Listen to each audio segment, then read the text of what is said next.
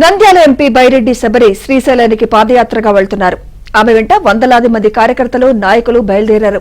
పాదయాత్ర కోసం వెంకటాపురం చేరుకున్న ఆమెకు కూటమి శ్రేణుల కార్యకర్తలు ఘన స్వాగతం పలికారు.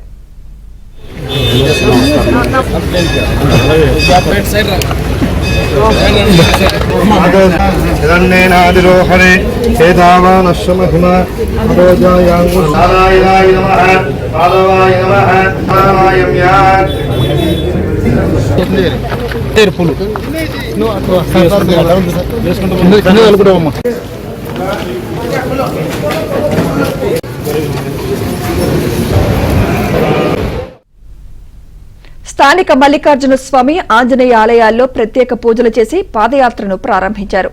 నంద్యాల ప్రజల సౌకర్యం కోరుతూ పాదయాత్ర చేపట్టాలని శబరి తెలిపారు.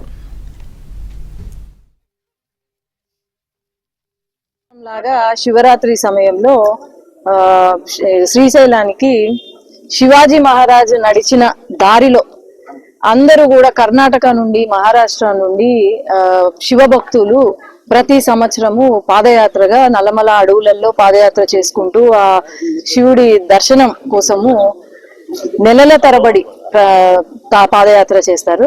అందులో భాగంగా ప్రతి సంవత్సరం చేసినట్టే నేను పాదయాత్రగా ఈరోజు శ్రీశైలం కొండ ఎక్కుతున్నాను. అలాగే దర్శనం చేసుకోవడానికి శివరాత్రి ఇంకొక 2-3 రోజుల్లో ఉంది కాబట్టి దర్శనం చేసుకోవడానికని బయలుదేరుతున్నాను.